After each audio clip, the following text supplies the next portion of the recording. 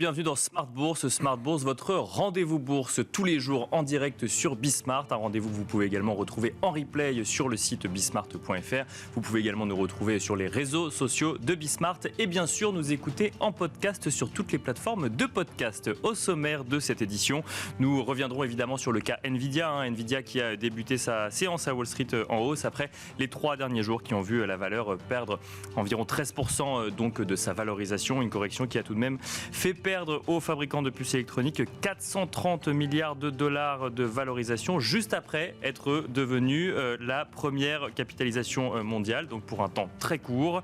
Qu'est-ce que ce recul des 3 derniers jours nous dit de la thématique en bourse? Nous poserons la question dans un instant à nos invités. S'agit-il d'un dégonflement, d'une pause dans la progression d'un titre qui a, rappelons-le, gagné plus de 140% depuis le début de l'année? Nous tenterons de comprendre les mécaniques à l'œuvre dans ce marché américain toujours plus concentré au sein des valeurs de la tech. Nous reviendrons également sur la situation européenne et française alors que le spread entre l'OAT 10 ans et le Bund allemand reste de l'ordre de 73 points de base à l'heure actuelle et alors que le CAC 40 tente difficilement de reprendre des couleurs après un recul très marqué il y a 2 semaines. Une tentative de reprise plombée aujourd'hui par les résultats d'Airbus qui font plonger donc le titre de plus de 10%. Vous en aurez le résumé complet dans un instant. Mais au-delà de la séance du jour, la question qui nous animera sur le plateau de Smart Bourse aujourd'hui sera: qu'attendre pour cet été sur les marchés dans un contexte politique incertain en France, mais en tenant compte aussi de risques autres, économiques ou géopolitiques toujours présents? La séquence de doute sur le marché français viendra-t-elle se normaliser après la séquence des élections législatives anticipées ou est-ce autre chose qui se joue? Nous poserons la question dans un instant donc à nos invités. Et puis enfin, dans le dernier quart d'heure de Smart Bourse, dans le quart d'heure thématique, nous ferons le point sur une nouvelle thématique issue du Codex des thématiques de Galilée Asset Management. Nous décrypterons la thématique du cycle de l'eau avec Ronnie Michali, président directeur général de Galilée Asset Management. On se retrouve tout de suite sur le plateau de Smart Bourse.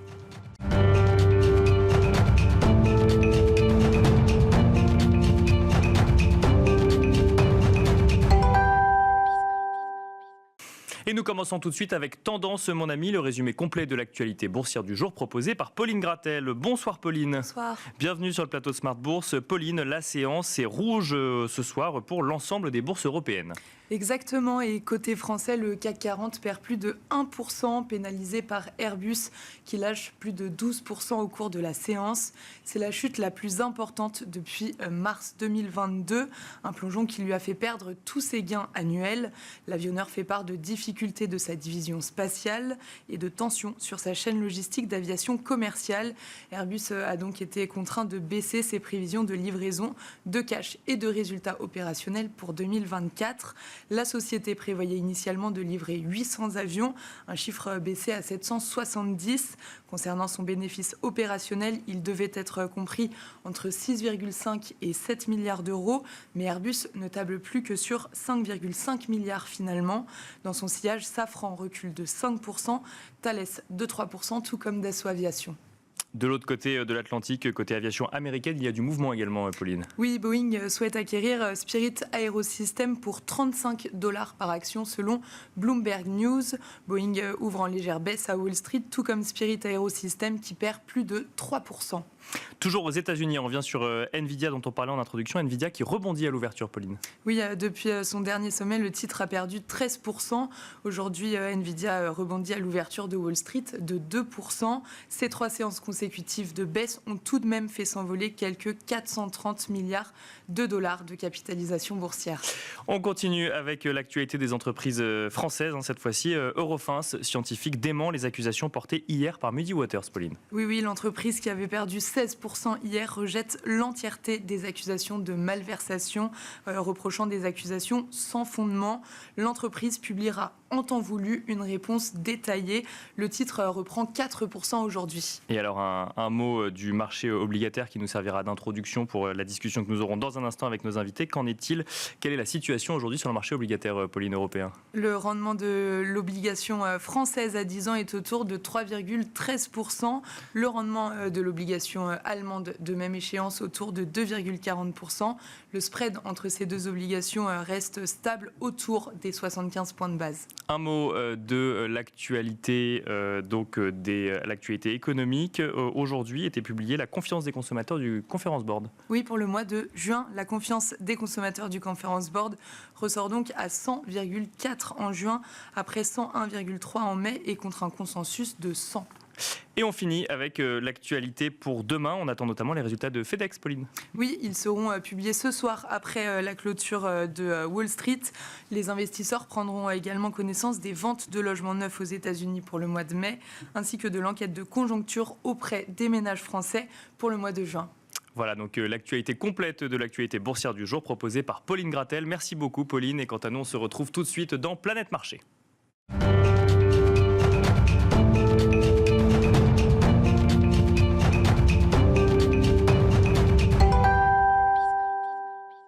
Et c'est parti pour Planète Marché, une quarantaine de minutes ensemble pour décrypter l'actualité économique, parfois politique et surtout financière dans Smart Bourse, pour décrypter les drivers de la Planète Marché. Ce soir, nous avons le plaisir d'avoir 3 experts en plateau. Nous avons le plaisir d'accueillir tout d'abord Raphaël Thuin. Bonsoir Raphaël Thuin. Bonsoir. Responsable des stratégies de marché de capitaux chez Tikeo Capital. À vos côtés, nous avons le plaisir d'accueillir également Julien Kistrebert. Bonsoir Julien Kistrebert. Gérant chez Taylor Asset Management. Et nous avons le plaisir d'accueillir également Stéphane Déo. Bonsoir Stéphane Déo. Bonsoir. Senior Portfolio Manager chez Eleva Capital, mais aussi membre de l'Éco à venir. Je vous propose de commencer avec vous, Stéphane Déo, sur ce sujet qui anime la planète marché depuis une dizaine de jours maintenant. On ne va pas parler politique, mais on va parler conséquences de décisions politiques sur le marché obligataire et un spread qui s'est légèrement tendu entre l'endettement, ou en tout cas la dette française et la dette allemande. Bon, on ne va pas refaire la séquence, mais il y a effectivement eu d'abord le stress sur la dette française, ensuite une sorte de report un petit peu des investisseurs sur la dette allemande. Et maintenant, on entend deux choses. Il y a ceux qui disent le marché n'a pas encore pricé le pire, et ceux qui disent globalement, oui, il y a eu une tension sur le spread, mais ça reste contenu. Quelle est votre position à vous, Stéphane Déo, si on rentre directement dans le vif du sujet ? Je suis d'accord avec les deux. D'accord. Ça reste contenu. On a effectivement tutoyé les 80 points de base de spread, qui était un peu le plus haut qu'on avait touché lors des dernières crises. Donc il n'y a pas de panique pour l'instant. Le spread reste mesuré. Je note quand même qu'on est passé en termes de taux d'intérêt au-dessus du Portugal. Donc on est quelque part en ce moment entre le Portugal et l'Espagne. Je rappelle que la France est AA-, c'est-à-dire qui reste une très bonne note. L'Espagne et le Portugal sont single A. Donc ils ont 2-3 grades en dessous. Donc, bien sûr. Le marché price maintenant pour la France au moins un downgrade, si ce n'est 2. On traite comme un single A, déjà. Donc il n'y a rien d'excessif, mais il y a quand même quelque chose qui est assez marqué. Et je discutais avec une agence de notation il y a quelques semaines. Je leur disais, mais vous êtes quand même assez sympathique avec la France. On a une dette qui est assez importante, un déficit qui est assez important. AA-, c'est généreux. Ils me disaient, oui, mais il y a 2 points très très importants. Un, la stabilité politique. D'accord. Bon, ça, je ne vous fais pas un dessin. Je pense qu'on peut passer par perte et profit complet. Bien sûr. Oui. Et 2, on donne le bénéfice du doute à la France en termes de trajectoire budgétaire sur les années à venir. Là aussi, je ne vois pas très bien comment on va avoir une consolidation fiscale assez marquée dans les années qui viennent. On peut toujours se tromper, mais c'est peu probable. Donc l'argument 2, lui aussi, a beaucoup de plomb dans l'aile.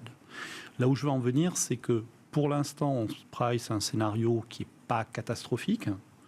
Je pense que, sans vouloir faire de politique, il y a certains scénarios où ça peut être beaucoup plus grave, et ces scénarios ne sont pas pricés. Mais je pense qu'il y a aussi un autre élément, c'est qu'on yoyote effectivement entre 70 et 80 points de base de spread, alors qu'on était plutôt à 50. Je donne juste l'ordre de grandeur. Bien sûr, oui. La probabilité qu'on revienne à 50, pour moi, elle est extrêmement faible. C'est-à-dire qu'on s'est écarté, et c'est 0,3 de plus de coûts de financement de l'État français. Et pour moi, c'est acté.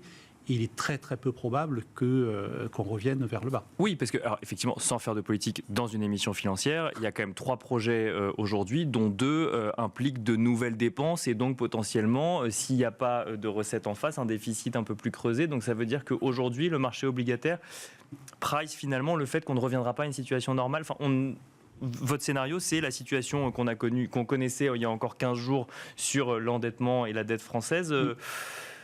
il n'est pas plausible qu'on revienne sur ces niveaux-là dans les prochaines semaines, le 9, 10, 11 juillet par exemple? Plausible, si, mais c'est très peu probable, à mon avis. Après, il y a des programmes sur la table. Je pense qu'ils ne seront pas appliqués parce qu'ils sont quand même un petit peu ambitieux sur certains aspects. Certains se construisent encore. Voilà. Et un peu flou, pour pas dire plus. Mais il est très très peu probable que ces programmes ne soient pas appliqués du tout. Il y aura une partie des mesures qui seront appliquées, et donc je vois mal comment la trajectoire de la dette française pourrait s'améliorer par rapport à ce qui était prévu il y a 15 jours ou il y a 3 semaines. Tout est possible en économie, mais très clairement, le marché a pris une vue qui est, ça se détériore, c'est pas catastrophique. Une fois de plus, on a gagné 30 BP, c'est-à-dire 0,3%, grosso modo, c'est l'ordre de grandeur, enfin 0,25, 0,30. C'est pas une situation de panique. On ne price pas du tout le scénario, des scénarios beaucoup plus graves ou pires. Qu'est-ce qui se joue aujourd'hui quand on compare effectivement la capacité d'endettement de la France par rapport à la capacité d'endettement d'un pays comme le Portugal ou comme l'Espagne, qu'on avait plutôt tendance à considérer comme des pays périphériques, là où la France restait dans les pays corps avec l'Allemagne? Qu'est-ce qui se joue aujourd'hui en Europe derrière ce pricing des marchés du risque politique français? Je pense qu'il y a 2 choses. La première chose, c'est le coût de la dette pour l'État français progresse. Et ça, c'est acté, et malheureusement, je pense qu'on ne reviendra pas à la situation ex-ante. Donc ça, c'est un coût fixe qui augmente pour l'État français. Il y a un autre sujet qui est un petit peu plus compliqué, mais qui me semble très important. Quand vous avez une récession, il y a 2 histoires que vous pouvez raconter. Vous avez une histoire à l'allemande, qui est, vous avez une récession, donc les taux baissent, parce que la BCE va baisser les taux, etc. Et donc le coût de financement de l'État baisse, et donc vous pouvez faire une relance budgétaire avec un déficit, parce que vous pouvez vous endetter. Ça, c'est la première histoire. Et puis vous avez une histoire à l'italienne, qui est, vous avez une récession, les marchés ont peur, le spread s'écarte, et donc les taux d'intérêt augmentent. Et donc au moment où vous avez besoin que l'État supporte l'économie qui s'endette pour stabiliser, le coût d'endettement explose. Et donc la situation allemande, c'est la bonne, parce que vous pouvez être contracyclique, c'est-à-dire aller à l'encontre d'une récession. La situation italienne, c'est la pire, parce que quand vous avez une récession, tout va mal en même temps. Pour l'instant, la France était plutôt dans le camp allemand, c'est-à-dire que nos conditions d'endettement s'amélioraient au moment où on en avait besoin. Moi, j'ai bien peur qu'on soit en train de basculer dans le camp italien, espagnol et autres. Et ça, c'est beaucoup plus grave pour moi qu'un coût de la dette qui augmente, parce que ça veut dire qu'on peut beaucoup moins piloter le cycle, et donc on pourra beaucoup moins avoir de marge de manœuvre la prochaine récession. Raphaël Thuin, beaucoup de choses ont été dites, mais quelle est votre analyse, votre vision? Comment est-ce que chez Tikehau Capital, vous traversez cette période qui dure depuis une dizaine de jours maintenant, d'un point de vue financier, à l'analyse de ces marchés obligataires européens? On est beaucoup dans l'observation aujourd'hui. Je rejoins cette idée que finalement les dislocations aujourd'hui ne sont pas très importantes. On a d'une part un scénario d'incertitude assez remarquable. Pour une fois, on peut utiliser le mot incertitude sans le galvauder. Bien sûr. On ne sait pas ce que vont donner les élections. On ne comprend pas très bien les programmes économiques. On ne connaît pas la réaction des marchés le cas échéant. Et on sait que dans le passé, y compris récent, le marché a pu surprendre dans sa réaction. Pensez Brexit, pensez élection de Donald Trump. Donc, c'est souvent un argument de dire que le marché arrive à absorber des choses dont on n'aurait pas pensé qu'il aurait pu finalement s'en accommoder. Est-ce que du coup, on peut s'attendre à ce que le 8 juillet...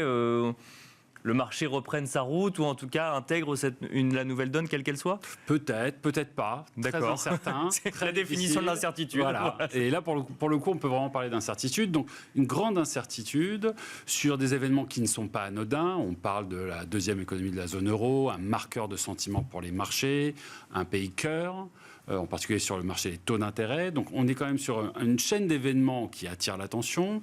Et face à ces incertitudes, effectivement, pas beaucoup de dislocations. Regardez le marché actions, effectivement, la France a un peu sous-performé, le CAC a un peu corrigé. Le CAC avait énormément surperformé les mois et années précédentes. Il avait tiré la performance de l'Europe vers le haut. On parle de 5% de correction, ce n'est pas excessif. À un moment où probablement le marché avait besoin un peu de respirer, de consolider. C'était un mot qui revenait souvent. Bon. Sur le crédit, vous regardez les spreads d'entreprises françaises, donc les primes de risque que payent les entreprises pour se financer. Il y a eu une sous-performance, mais qui est assez alignée avec la sous-performance du souverain. Il n'y a pas de risque spécifique crédit français aujourd'hui qui se matérialise. Ouais. On va peut-être mettre quelques banques à l'écart, quoique, même les banques reviennent.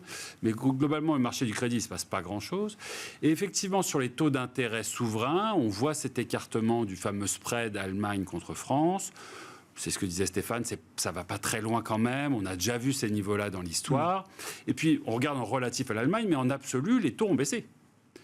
Donc, dans un scénario où, effectivement, les déficits doivent exploser si un tel est élu, si tel programme économique est appliqué, aujourd'hui, le marché, finalement, n'a pas une réaction excessive vis-à-vis de ce scénario-là. Les taux ont baissé, mais l'histoire qu'on lit quand même depuis 10 jours, c'est qu'il y a eu un stress sur la dette française, puis ensuite, la dette allemande est devenue encore plus attractive qu'elle ne l'était avant par rapport à la dette française. Donc, est-ce qu'il y a... Alors, effectivement, on parle de la France, un pays cœur, pour l'instant, en tout cas, au sein de l'Union européenne. Est-ce qu'il y a un risque sur la capacité de la France à se financer à moyen terme, par exemple ? Aujourd'hui, le marché ne l'affiche pas, ce risque. Avec des taux qui sont stables, voire même en faible baisse. Ils sont certes aujourd'hui plus élevés en relatif aux autres. Portugal est au même niveau, l'Allemagne est maintenant à 75 points de base. Mais en absolu, les taux restent bas historiquement, restent stables sur une période courte. Donc le marché, aujourd'hui, n'a pas l'air de suggérer qu'il puisse y avoir une crise de la dette. Alors, ça tombe bien, on n'en sait rien, mais en investisseur, quand vous avez beaucoup d'incertitudes d'une part, et finalement assez peu de primes face à cette incertitude, assez peu de décote pour investir, vous avez plutôt envie d'attendre et plutôt envie de faire le pari que peut-être dans les semaines qui viennent, on va avoir davantage d'épisodes de volatilité, davantage de nouvelles, on va peut-être y voir un peu plus clair sur les sondages, sur les programmes économiques, sur les perspectives de déficit. Et dans cette volatilité, peut-être verrons-nous enfin de vraies dislocations qui justifieront de déployer. On entend des gérants nous dire qu'ils se séparent de leur dette française à court terme. Ça va dans le sens de ce que vous nous racontez, ou c'est une réaction un petit peu plus j'allais dire stressée, pas forcément, mais en tout cas une réaction un petit peu plus radicale face à la situation qu'on décrit actuellement? On voit des ajustements, effectivement. D'ailleurs, beaucoup de ces acteurs qui ont sous-pondéré un petit peu la dette française sont étrangers. On fera ce qu'on voudra de cette information. On l'a vu aussi sur les banques davantage. Sur le marché action, un petit peu sur le marché du crédit aussi. On voit qu'il y a un rééquilibrage du risque vis-à-vis de la France. Encore une fois, dans cette incertitude, on a envie de recalibrer. Mais encore une fois, je reviens sur cette première intuition. Pas de mouvement majeur à constater. Encore une fois, à un moment où les marchés avaient très bien performé, avaient sûrement besoin de consolider. Donc ça n'engage à rien pour la suite. Mais aujourd'hui, il n'y a pas encore matière à sonner les cloches et à être agressif dans une allocation dans un sens ou dans l'autre. Julien Kistrebert, pour reposer le sujet dans un contexte un petit peu plus global, toujours sur ce sujet, marché obligataire européen face à un risque politique français, dans un contexte quand même de lutte contre l'inflation en zone euro, avec une BCE qui, pour la première face à la Fed, a décidé de baisser pour une première fois ces taux. Est-ce que ça vient rajouter une donne supplémentaire sur une économie européenne qui repartirait, ou ça reste deux histoires différentes qui n'ont pas de lien forcément entre elles? Alors, je pense que déjà, effectivement, il va y avoir un effet récessif, ça c'est évident, puisqu'il va y avoir un peu d'attentisme dans les prochaines semaines, mois, du côté des entreprises, ne serait-ce que pour investir. Ça paraît une évidence. Le deuxième point, je dirais, ce qui est important peut-être, c'est pourquoi le marché panique pas. C'est quand il regarde dans le rétroviseur, il a vu ce qui s'est passé dans d'autres pays, que ce soit en Italie, en Espagne ou autres. Et finalement, même en Grèce, alors Tsipras a mis un peu plus de temps à rentrer dans le rang, mais ce qu'on a vu globalement, c'est que tous les mouvements très populistes, avec des programmes économiques, on va dire assez agressifs, ont dû revenir à la raison, tout naturellement. Et là, aujourd'hui, je dirais que le principal garde-fou, entre guillemets, ça va être les marchés financiers plus que les institutions. Donc ça peut être un peu surprenant dans une démocratie. Mais en tout cas, c'est une réalité. La capacité à financer l'économie. Exactement. Et donc, de toute façon, et puis on le voit d'ailleurs dans le discours, même du RN, on a un discours qui se pondère un petit peu sur la partie économique, sur les retraites. On dit oui, on va voir, pas forcément tout de suite.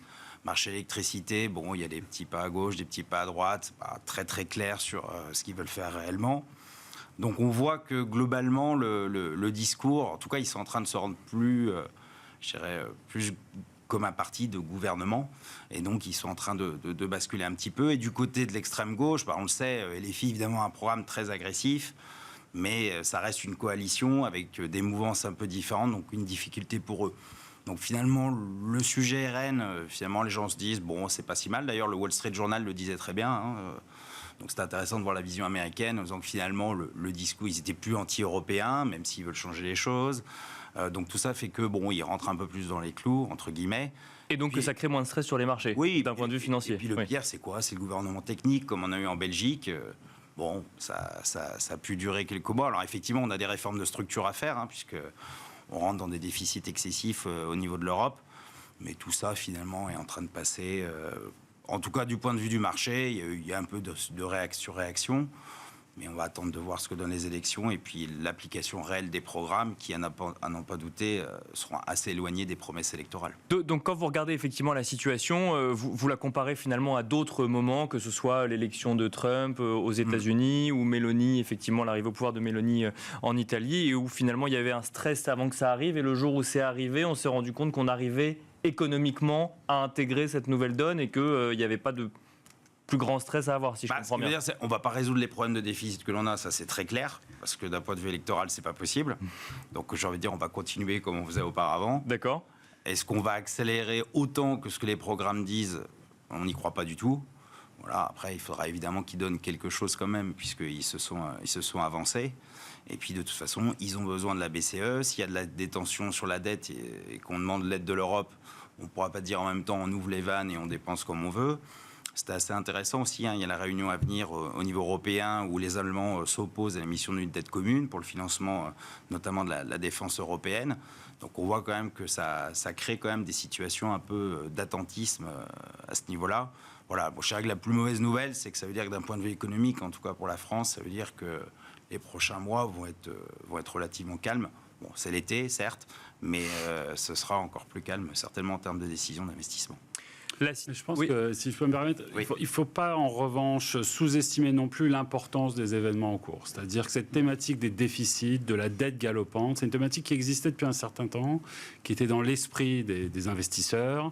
Les dynamiques de déficit ne sont pas bonnes. La France en particulier rentrait dans cette séquence électorale en position de faiblesse. Le deuxième déficit de la zone euro, je crois que c'est la troisième ou quatrième en termes de ratio de dette sur PIB, une dégradation de la note la semaine précédant les élections. Donc il y avait déjà une fébrilité vis-à-vis de cette thématique. Et finalement, elle est évidemment renforcée par les événements actuels. Le marché s'interroge, les investisseurs s'interrogent. Dans quelle mesure serons-nous en capacité d'absorber tous ces nouveaux déficits, de nouvelles émissions? C'est une conversation aussi qui a lieu et qui aura de plus en plus lieu, évidemment, aux États-Unis. Où là, bien sûr, oui. La question va se poser en des termes très crus. Les deux parties semblent vouloir s'orienter vers des politiques dépensières qui laisseraient là aussi filer les déficits. Et donc, on s'interroge sur cette capacité du marché à continuer à absorber ces déficits. C'est un vrai risque. Et potentiellement, sur les taux d'intérêt, un risque qui pourrait avoir des impacts long terme. Donc, une incertitude, le pire n'est pas certain. Effectivement, l'histoire a tendance à rassurer. Mais il y a un scénario aussi qui se profile où on pourrait avoir un petit peu de mouvement sur les taux d'intérêt. Bon, moi, je suis un peu plus optimiste, du coup. Stéphane Déo, vous nous parliez tout à l'heure, effectivement, de face à une récession, il y a deux histoires. Il y a l'histoire allemande ou l'histoire italienne. Meloni était plutôt... Certains, on peut lire globalement que... deux choses, finalement, sur la situation italienne. On peut lire... regardez, c'est pas si grave, les marchés finalement ont intégré, et de ce que je comprends de ce que vous nous avez dit il y a quelques minutes, c'est pas non plus une belle histoire, il faut intégrer qu'on va se financer plus cher et que globalement ça devient une situation plus complexe pour un gouvernement. Alors moi, je n'aime pas trop le parallèle avec Meloni parce que je pense qu'il y a deux énormes différences. La première différence, c'est que on a le droit de ne pas être d'accord avec Meloni, mais sur le plan purement économique, elle n'a jamais eu un programme économique, j'allais dire délirant, c'est peut-être pas le terme, mais elle a toujours eu un programme économique très orthodoxe. Et nous, on l'avait écrit, enfin j'étais dans une autre entreprise à l'époque, on disait, écoutez, vous pensez ce que vous voulez de la ligne politique, mais d'un point de vue strictement économique, il n'y a pas de problème. Son conseiller économique, alors je suis désolé, son nom m'échappe, mais c'est un ancien du FMI qui est très carré, etc. Et quand elle est arrivée au pouvoir, on sait que Draghi est resté la pièce à côté, il lui a tenu la main, l'a aidé, etc. Donc ça n'a rien à voir avec l'option française. Et le deuxième point, c'est que Mélanie a toujours été pro-européenne. Je rappelle qu'elle ne siège pas dans le même groupe parlementaire que le RN à Bruxelles. Donc, une des premières choses qu'elle a faites, c'est aller à Bruxelles et dire mais on est d'accord, etc. Donc, il y a eu une solidarité européenne. J'ai bien compris que le RN parle plus de sortie de l'euro et autres. Il veut même s'éloigner de l'AfD en Allemagne, européen. Mais bon, ça fait quand même 20 ans qu'ils vomissent sur Bruxelles, sur la BCE. S'il y a un problème, je ne suis pas convaincu que le filet de sécurité dont a bénéficié l'Italie soit aussi facile à déclencher pour la France. Donc il faut faire très attention, je pense, au parallèle. Ce n'est pas du tout le même animal qu'on a en France par rapport à Mélanie. Donc voilà, je suis un petit peu plutôt du côté des pessimistes. Je pense qu'il y a un scénario central qui est un peu celui que vous décriviez, qui est finalement, il n'y a pas grand-chose qui se passe, on y est. Dans ce cas-là, il n'y a rien à gagner avec la dette française. Et puis, il y a quand même quelques scénarios alternatifs qui sont beaucoup, beaucoup moins sympathiques. Donc, en gros, c'est un peu comme quand je joue avec mes enfants. C'est soit je gagne pas, soit je perds. Et là, c'est exactement le même principe. C'est soit on a le meilleur scénario possible, on n'a rien à gagner, soit il y a des scénarios alternatifs. Alors, je ne sais pas avec quelle probabilité. Et alors là, il y a beaucoup à perdre. Et dit autrement, pour compléter ce que vous dites, il faut une prime pour ce risque. Ben oui. Il faut être qui n'existe pas aujourd'hui. Elle n'est pas évidente, selon nous en tout cas. Julien Kistrebert, que dire face effectivement à ce constat? Si je reprends l'analogie, où je ne gagne pas, où je perds, il y a un scénario aujourd'hui où en France, quand même, on peut être un petit peu plus optimiste sur le marché obligataire, sur le marché action ou autre? Ça dépend de quoi on parle. Oui, si l'idée c'est de dire est-ce qu'il faut acheter de la dette française, c'est évident qu'il n'y a pas forcément de raison spécifique de le faire. Après, il y a des acheteurs naturels qui, s'allègent un peu pour certains, mais qui de toute façon reviendront à un moment ou à un autre. Donc là-dessus, j'ai pas d'inquiétude particulière. C'était plus par rapport, je dirais, à la baisse du CAC 40, par exemple, où les grosses valeurs très internationales, évidemment celles qui sont très locales ou qui ont des actifs sur lesquels on parle de nationalisation, évidemment, il faut être un peu plus prudent. Mais globalement, effectivement, plutôt du... Après, ça dépend aussi de ses positionnements. C'est vrai que nous, on avait des allocations qui étaient très US, très peu de France. Donc, du coup, on n'a pas subi ce mouvement-là. On est plutôt à se dire à quel moment on rééquilibre un petit peu cette grosse sous-pondération sur la France. Donc, c'est vrai que... D'accord. À quel moment on considère qu'il y a des opportunités quelque part? Exactement. Ok. Donc, c'est aussi, je pense qu'on est tous biaisés. Alors, je ne connais pas vos expositions respectives, mais c'est vrai que n'en ayant pas ou très peu... on se dit à un moment, il y a peut-être quelque chose à faire sur certains titres qui ont bien corrigé. Mais alors justement, quand on revoit un CAC 40 qui, la semaine suivant l'annonce d'élections législatives anticipées, qui se défait de sa performance des 6 premiers mois de l'année, on ne se dit pas, tiens, effectivement, c'est peut-être une zone d'opportunité. On attend quand même, on reste encore un petit peu dans l'observation. Oui, non, mais quand j'ai dit que j'étais optimiste, ça ne veut pas dire que je suis optimiste BA et qu'il faut... Et tout de suite. Ouais, c'est ça. Faut être clair là-dessus. Je dis juste qu'il y a des choses qui peuvent interpeller. Je sais pas, je prends un exemple, un Saint-Gobain qui perd 10-15%. Bon, voilà, effectivement, ils ont une activité en France, mais il n'y a pas de risque de nationalisation. Le groupe est bien diversifié. Bon, il y a peut-être des choses à regarder. C'est vrai que je n'irai pas forcément sur des small cap pure françaises, parce que là, il y a plus l'effet récessif là, qui peut jouer. Mais je dirais que d'une manière générale, oui, je pense qu'il va falloir surveiller, parce qu'il va y avoir des points d'entrée sur certaines valeurs. Si on va voir un petit peu ce qui se passe du côté des États-Unis, Raphaël Thuin, quand on parle des États-Unis, on parle du Nasdaq. Quand on parle du Nasdaq, on parle de 7 valeurs et on parle notamment d'une valeur, Nvidia, qui a pas mal corrigé ces derniers jours. Bon, là, effectivement, on constate un petit rebond à l'ouverture, mais qui a pas mal corrigé, mais qui reste sur des niveaux absolument stratosphériques. Donc, quand on corrige de 13%, on perd 430 milliards d'euros de valorisation. Quelle est l'histoire qu'on nous raconte là? C'est logique, les montants sont astronomiques, mais ça reste finalement un parcours assez logique. Ou peut-être que derrière, ça nous dit c'est trop concentré ou on a voulu aller absolument sur l'intelligence artificielle et maintenant on commence à regarder un petit peu plus où on veut aller? Est-ce qu'on nous dit c'est trop haut? Est-ce que ça se dit ça sur les marchés? Comment est-ce que vous analysez cette séquence des 3 derniers jours, Raphaël?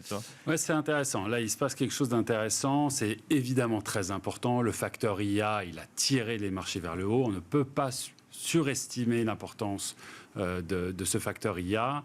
Dans les indices, il est très représenté évidemment, et en particulier Nvidia, qui est aujourd'hui une très grande entreprise. Et puis il était même dans toutes les publications de résultats, on n'avait pas une stratégie qui ne mentionnait pas le terme GenAI ou IA tout simplement. Absolument. Donc c'est un facteur qui tire le marché. Il a reconnu des performances absolument remarquables sur les derniers mois, les dernières années maintenant. Et la question va se poser au deuxième semestre. À ces niveaux de performance et ces niveaux de valorisation, qu'en est-il pour l'avenir? Sommes-nous sur des points trop élevés? Allons-nous assister à une rotation? Aujourd'hui, la performance du marché est très étroite autour de ce facteur tech IA momentum, appelons-le. Va-t-on voir finalement une diversification de ce leadership vers d'autres valeurs, peut-être plus value, etc. Donc ça, c'est vraiment la clé peut-être du second semestre, ou en tout cas une des clés. Alors, on a parlé d'élections, inflation, économie. Et il y a celle-là. Il y a aussi celle-là. Et celle-là, c'est vrai qu'on est tous très attentifs à ce qui se passe sur le marché autour de Nvidia.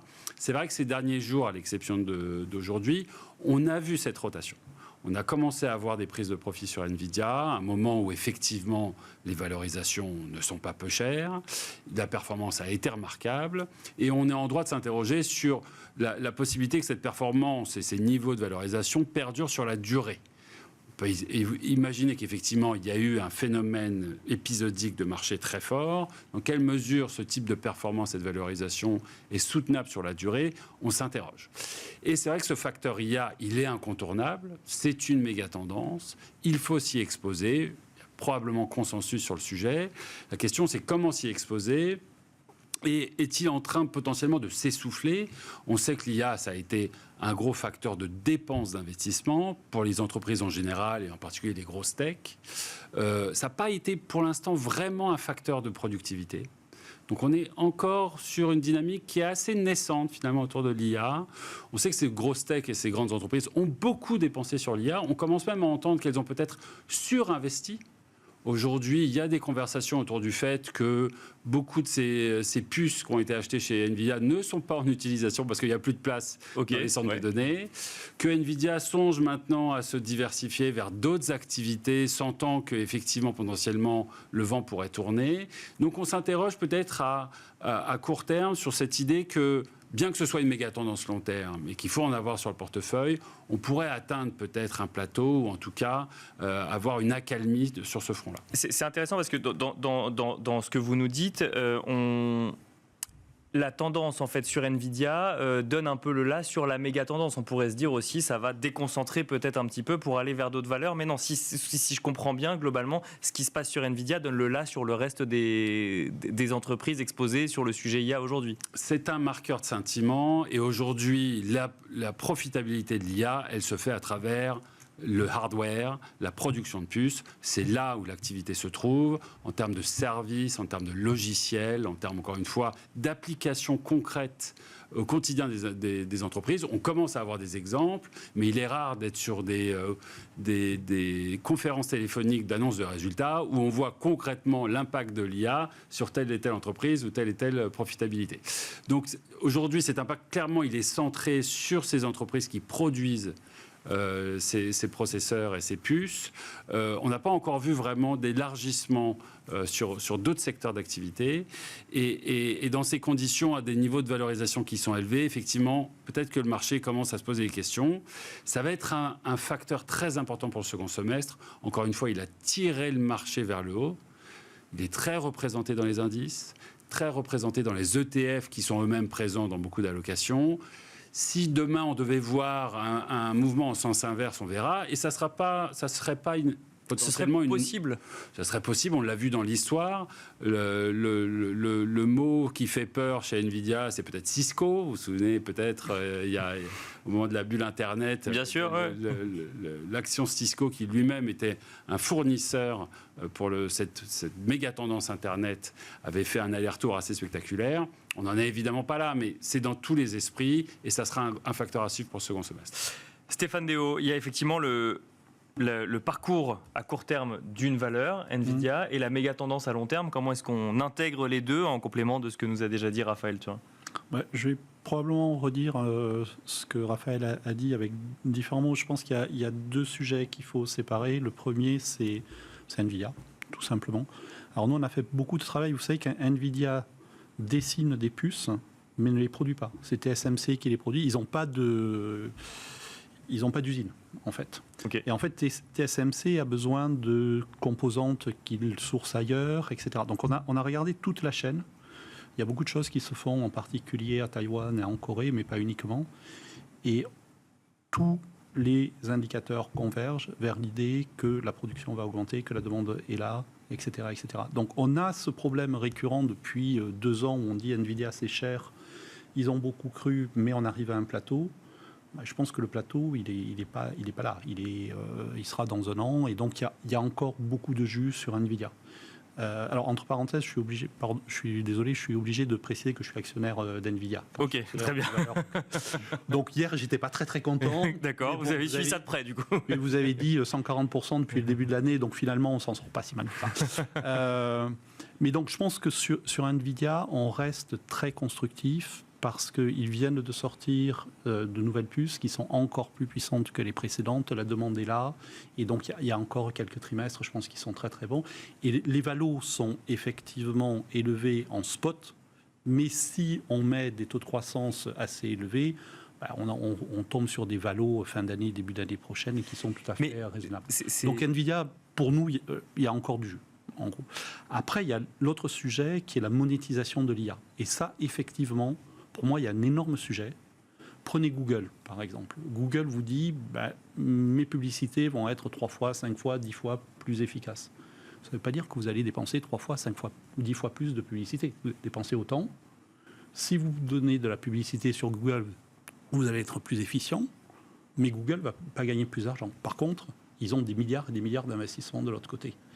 Et donc, il y a une question de captage de la valeur ajoutée par les sociétés qui fournissent de l'IA. L'autre exemple, c'est Microsoft qui vous propose Copilot, je crois que c'est $50 par an.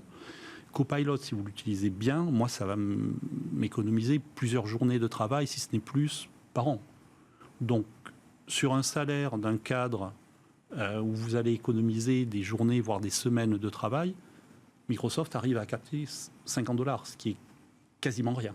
Et donc là aussi, vous avez un investissement en IA qui est colossal, et la monétisation, en fait, elle est microscopique. Donc je pense qu'à un moment donné, il peut effectivement y avoir un sujet, mais vous voyez, c'est vraiment 2 sujets différents. On peut rester optimiste sur Nvidia parce que la tendance est là, et être dubitatif sur la monétisation in fine de l'application de l'IA. Julien Kistrebert, alors 2 sujets, monétisation et valorisation. Un petit mot quand même sur les valorisations. Effectivement, je reprends ce que vous disiez, Stéphane Déo, valorisations qui sont hautes, sauf si on se projette sur le potentiel de la valeur. Comment est-ce que vous analysez ça aujourd'hui? Comment est-ce que vous voyez cette séquence Nvidia qui, lorsqu'elle arrive tout en haut, quelque part, première capitalisation boursière mondiale, redescend? Alors, de beaucoup, parce qu'on était arrivé très haut, c'est quoi, 13%, oui, effectivement. Comment est-ce que vous analysez ça, vous qui nous le disiez tout à l'heure, était beaucoup plus investi aux États-Unis qu'en France à l'heure actuelle? C'est une respiration, là, tout simplement, pour l'instant. 13%, c'est une respiration? Quand on a un tel niveau de volatilité, 13%, c'est une respiration. Tout est relatif. Donc là-dessus, je ne pense pas que ça change grand-chose. Sur le sujet d'NVIDIA, il est assez simple. C'est une valeur cyclique qui est sur le bon segment, en monopole, avec du pricing power. Et des gens en face qui ont des gros moyens et qui achètent tout ce qui arrive sur le marché. Donc la vraie question, c'est combien de temps le cycle dure. Bon, sur la demande, a priori, il n'y a pas de sujet. L'autre sujet, c'est la concurrence. Est-ce qu'elle va émerger un jour? Oui, non. Pour l'instant, on voit qu'ils sont en retard. Ils sont tous en train d'investir dessus, même leurs principaux clients. Google, Microsoft, eux-mêmes investissent sur le développement de puces pour l'IA également.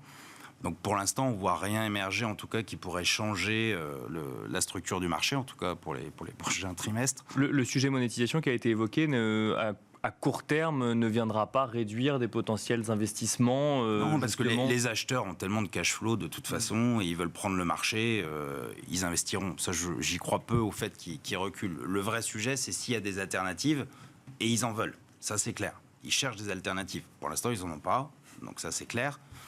Mais voilà, et Nvidia, c'est quand même une société. Il y a eu la même histoire sur les crypto-monnaies à un moment où il y a eu beaucoup d'emballements sur le titre, ça s'est un peu effondré. J'osais pas faire le parallèle, mais certaines sociétés comme Facebook ont changé de nom justement pour le métaverse, se sont appelées Meta, et on nous a expliqué que finalement, bon, il y avait peu d'usage réel, en tout cas à court terme, même si maintenant on en trouve effectivement de manière industrielle. L'IA, il y a de oui, voilà, c'est ça. C'est deux sujets différents. Il y a de l'usage, ça c'est clair. Mais il y a cette crainte. Oui, il y a cette crainte de la monétisation, mais sur Nvidia à court terme. Je me rappelle, j'en avais parlé il y a quelques temps, j'avais dit, c'est un peu comme les chercheurs d'or. Est-ce que vous achetez les mines d'or, donc ceux qui vont proposer des solutions d'IA, ou les vendeurs de pelles et de pioches? Bon, Nvidia, c'était le vendeur de pelles et de pioches, en l'occurrence.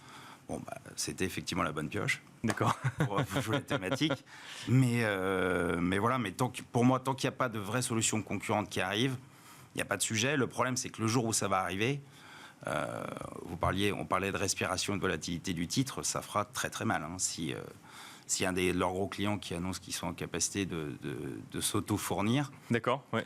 Les prix qu'on multiplie par X, forcément ça va être un peu plus compliqué, parce que l'histoire de la progression, c'est quand même une énorme progression des résultats, c'est ça aussi. Donc face à une méga tendance, le plus gros risque pour Nvidia, c'est une structuration du secteur quelque part. C'est qu'on passe d'un marché en monopole avec des clients qui sont en capacité de produire une partie eux-mêmes. Et vu ce qu'ils dépensent, j'imagine qu'ils doivent dépenser un petit peu aussi en R&D en parallèle. Bon, après tout ça, on est dans la fiction. Bien sûr. Mais c'est des sujets sur lesquels ils travaillent. Donc on ne peut pas exclure que ça arrive un jour. Autre question, toujours sur ces marchés aux États-Unis ou ailleurs d'ailleurs, Julien Kestrebert. Aujourd'hui, quand on investit sur les marchés, qu'est-ce que vous regardez, vous, de manière générale? On a forcément le prisme IA avant d'aller regarder d'autres secteurs d'activité, d'autres thématiques. Qu'est-ce que vous regardez, vous, de manière plus large? C'est évident qu'on ne peut pas ne pas avoir de tech, ça, c'est sûr. En tout cas, c'était dangereux de ne pas en avoir ces derniers temps. Plus globalement, je trouve que les cycliques sont toujours intéressantes à reprendre un petit peu avant les publications. On voit que les résultats des entreprises sont quand même globalement bons. On a un niveau d'inflation qui est totalement supportable pour elles en termes de hausse de prix. Donc pas de gros sujets sur les marges. Alors, évidemment, il peut y avoir des problèmes de supply chain, comme sur Airbus, mais plus globalement, on a quand même une économie qui se tient. D'ailleurs, on voit, on est très centré sur la France, donc on dit, oh là là, c'est très compliqué les marchés en ce moment. Bon, si on a une vision un peu plus globale, c'est pas si compliqué que ça finalement. C'est sûr que si vous avez beaucoup de France et d'Europe, ça a secoué un petit peu, mais sur les autres marchés, il n'y a pas eu de choses, extrêmement négatives. Donc je dirais que plutôt tout va bien pour l'instant. On a l'atterrissage en douceur aux États-Unis. Alors certes, ça veut dire pas de baisse de taux rapide, mais d'un autre côté, les entreprises vivent assez bien dans cet environnement. Donc c'est pas un énorme sujet. On a effectivement des élections américaines qui arrivent, mais avec des gouvernements qui veulent dépenser plus, certains qui veulent encore baisser les impôts, comme ils ont pu le faire lors de leur précédente élection. Et si vous rendez 7% de résultats aux entreprises via des baisses d'impôts, ça fera que monter le marché. Donc plutôt constructif. Et donc plutôt utiliser la volatilité pour renforcer, en tout cas, à bon compte si on peut. Raphaël Turin, qu'est-ce que vous regardez dans le marché actuellement qu'on n'a pas évoqué ou pas suffisamment évoqué ce soir? Nous, notre postulat de départ, c'est que déjà sur l'inflation, elle va probablement mettre beaucoup de temps à descendre, que ce régime de taux d'intérêt dans lequel on est aujourd'hui, il est probablement parti pour durer, pour perdurer, que c'est un nouveau régime de taux plus élevé, d'une part. Et puis d'autre part, deuxième constat, c'est que à un moment où l'économie et la génération de profits et de résultats n'a cessé de surprendre par sa résilience, on estime qu'on commence à voir quelques signes qui peuvent faire penser que dans les mois qui viennent, on va avoir un certain ralentissement. Donc un peu d'inflation qui continue de perdurer avec des taux élevés, des économies qui ralentissent et probablement cette capacité de générer une telle profitabilité qui sera moindre, ça va vraiment gouverner nos allocations. Alors, comment ça va les gouverner? Le mot incontournable aujourd'hui dans les allocations, c'est l'obligataire. L'obligataire, il est de retour, je sais qu'on en parle tous beaucoup, mais c'est incontournable. Aller construire dans une allocation un matelas de rendement où on va faire du portage sur d'ailleurs des émetteurs de qualité. On est enfin payé sur l'obligataire pour investir sur des émetteurs de qualité. On peut toucher du 5, 6, 7, 8% parfois sur des émetteurs de qualité sur lesquels le risque de crédit et le risque de défaut sont contenus, on va dire. Ça va nous intéresser. Ça peut constituer un matelas en termes d'allocation, un matelas de performance. Et puis ensuite, aller chercher des convictions sur des budgets de volatilité, on va dire, un peu plus élevés. Alors sur l'obligataire, il y en a. On va parler des financières, même en ce moment où elles ont un peu décoté. On considère que la trajectoire pour les financières à long terme est intéressante. Sur les actions, on va s'intéresser à des poches de valorisation moindres. On va se méfier de ces grandes valorisations très élevées. On a effectivement des ensembles de marchés assez disparates, beaucoup de dispersion. Et au sein de ces grands indices, on a des poches de qualité à valorisation plus raisonnable. On va regarder des méga tendances long terme. La tech, évidemment, en est une et il faut être investi. On regarde aussi l'Europe, qui n'est pas très chère et sur laquelle on a aussi des belles entreprises qui peuvent être aussi bénéficiaires de certaines méga tendances long terme. Je fais court, mais voilà, plutôt de l'obligataire et des budgets de conviction sur les actions. Stéphane Déo, même question. Qu'est-ce que vous regardez dans le marché aujourd'hui ? Alors moi j'ai une formation d'économiste, donc je vais commencer par un commentaire sur l'économie. Ce qui me choque beaucoup à l'heure actuelle, c'est que tous les économistes ont à peu près le même scénario en tête. Il n'y a plus vraiment de gros débats. Si vous vous souvenez, en octobre, novembre, il y avait des gens qui vous disaient récession aux US, c'est sûr. Des gens très optimistes. Il n'y a plus ça en fait. Tout le monde raconte une histoire, comme l'a dit Raphaël, de ralentissement, mais pas marqué. Donc il n'y a pas de gros paris macro à faire. Donc nous, on a un portefeuille où on a beaucoup de ce qu'on appelle les compounders, c'est-à-dire des grandes entreprises qui ont une croissance stable, etc., qui est une autre façon de faire du portage. On peut le faire avec de l'obligataire ou avec ce genre de gros paquebots qui montent doucement avec peu de volatilité. Donc ça, c'est le cœur du portefeuille. Et après, on a plusieurs paris. Alors, on a la tech. Je suis désolé, c'est pas original, mais c'est un pari. C'est obligatoire. On a la tech. On a un pari sur le cuivre aussi. Okay. Il y a un vrai sujet de pénurie de cuivre.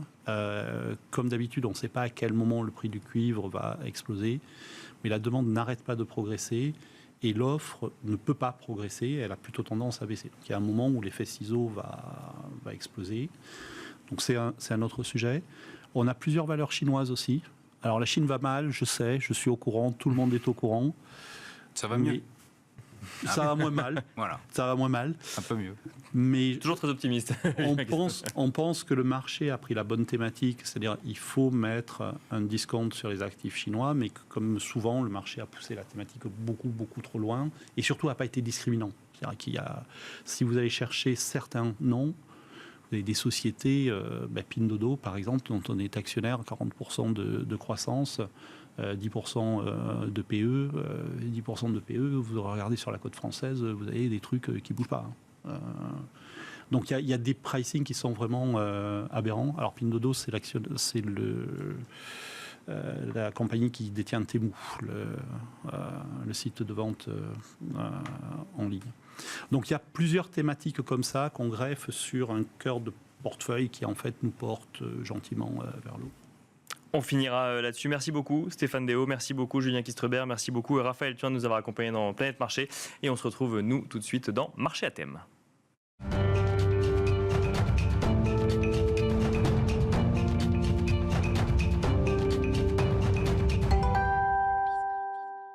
Et nous enchaînons à présent avec Marché à thème, le dernier quart d'heure thématique de Smart Bourse. Nous allons, comme de manière très régulière dans l'émission, passer en revue une des thématiques du codex des thématiques de Galilée Asset Management. Et pour cela, nous avons le plaisir de recevoir sur le plateau de Smart Bourse Ronnie Michali. Bonsoir Ronnie Michali. Bonsoir Nicolas.